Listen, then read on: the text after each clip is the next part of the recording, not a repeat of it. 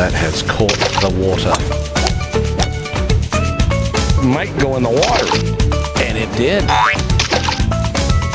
The water. Not even close.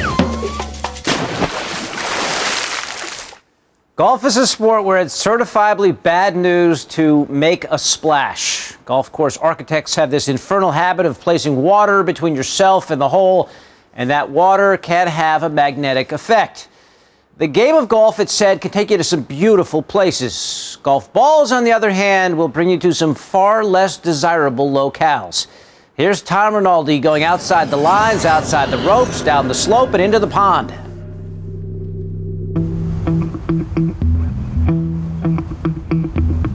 If you've ever held a club, you've done it.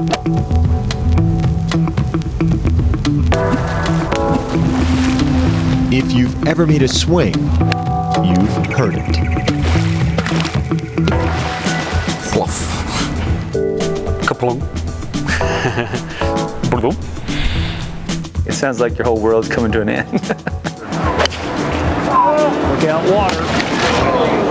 By some estimates, more than 300 million golf balls are lost each year in the United States. But not all are lost for long.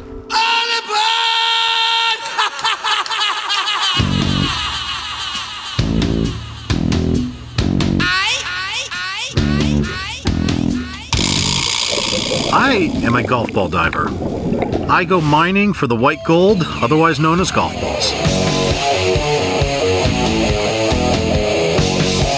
I've had 90% of the people tell me I'm nuts. You got to be a maniac to do this kind of occupation. We're literally face down in the water, and this is what I do for a living. My hands go back and forth. I'm feeling for golf balls. It's not a sexy job. It's distinctly not a sexy job. Golf ball retrieval has become a multi-million-dollar industry, and bad golf shots keep business booming. How does it work? Scuba divers are hired to recover golf balls so the balls can be cleaned and resold. Sound easy? We have one rule in searching for golf balls, and it's pretty simple. If it feels like a ball, put it in the bag. If it squirms, let it go. The evidence is always there with the snake skins that you have to be on caution. It's like going into a glass of chocolate milk and trying to find something. You don't see anything.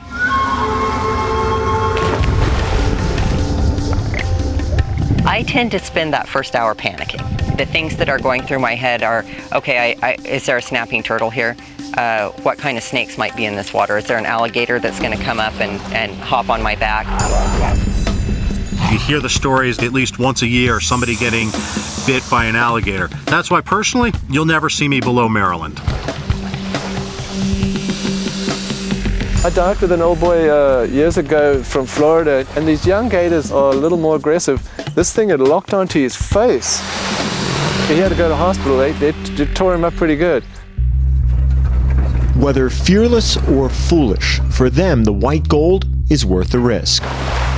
On average, each recovered golf ball nets 8 to 10 cents. And with up to 3,000 balls in a single hazard, a good diver can make $300 on one hole alone. Craig Stewart, a former diver in the South African Navy, not only finds golf balls, he and his crew clean and sort every one he retrieves at his golf shop in Virginia Beach. My understanding is there's more used balls sold every year than there are new balls sold. So we're good for the game, I think. And I mean, that ball's just going to sit at the bottom of the pond doing what? Just, riding down there. So we get it out and keep it going. There are roughly 300,000 golf balls in Stewart's shop, each waiting to be refurbished and resold. Among them, bags of Titleist Pro V1s, the ball in highest demand, worth more than $1 a piece when in perfect shape. I think without the Pro V1, I don't know if we'd even have a business, to be honest with you. That is the ball that keeps everything going. Steve Leubner quit teaching high school chemistry 13 years ago when he did the math. there was more money in dirty ponds than periodic tables. Everybody thinks the balls are on the bottom. They're not. They're in the bottom. That murk and mire hinders some divers, but helps others. The ones who dive illegally and without course permission at night, known as nighthawks. Nighthawks. That's a touchy subject. They're known for coming onto courses or onto properties after hours. They're coming in at night. There's no one on the course. They're not invited. They're trespassing. And they steal the golf balls. So the people who have the contracts, they don't see a dime from that. They hurt me for about $30,000 every year. They're very organized. This whole business is built entirely on stealing golf balls. Whether stolen at night or recovered during the day, the challenge is the same. Finding balls and water hazards amidst more junk than you could ever imagine. You never know what you're going to find in a water hazard. How about that? I have found lamps. I have found shopping carts. Bicycles, found motorcycles. I have found ashtrays. I have found candles. Found a 60-ton dump truck in Miami. I found cash registers, guns. Most of the guns I found were up around the New York, Connecticut area, believe it or not. I found a guy's porno collection one day. I don't know if he found religion or if the old lady found his porno collection or whatever and tossed it in there. But the most common find is also the most predictable. Every week, I'm always finding clubs. I figure I've found maybe 10 or more entire sets.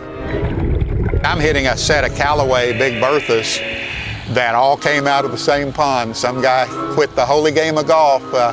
I will say this, he didn't throw them bag and all in. He threw every club in, but he scattered them. In fact, it took me 2 trips to find them all. Oh my goodness, that is not a good signal from the marshal. As long as the game is played, the swing's ugly, the shots errant, there will be plenty of balls to keep the business thriving. And that's good news for divers, who have one simple message for golfers. Feed me.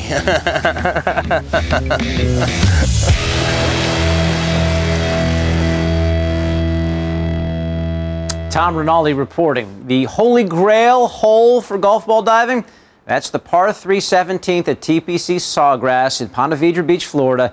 It's been said the water surrounding the most famous island green in golf swallows up to 120,000 golf balls per year.